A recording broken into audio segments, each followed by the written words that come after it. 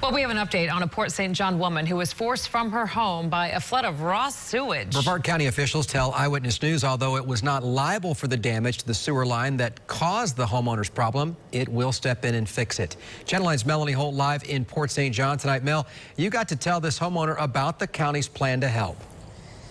Jelaine Spears is here to check on her home every day, but tells me it's been a stressful few weeks, but says what the county plans to do will be a big help.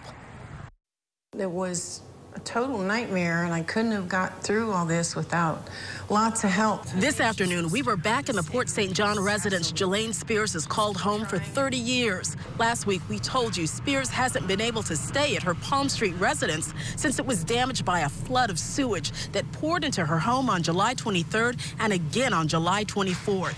Brevard County determined a contractor for another utility caused the problem when someone drilled into the county's sewer line. But today, the county says although it's not liable for the damage here, it will help Spears move back home. It isn't something that we caused. It is our sewer line, and we feel obligated to go help take care of this woman's problem. Today, an adjuster gathered information for the county on the damage to this home and what it will take to repair it.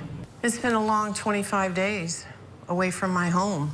You know, I can't come and live here because I only have one toilet, I have no sinks, no bed. You see my bed is right here. Spears says her own insurer capped her payout at less than half the cost of a previous estimate for remediation and repairs. Now the county says it will look at that payout amount and its report on what still needs to be done and determine how much assistance it will provide to a grateful Spears.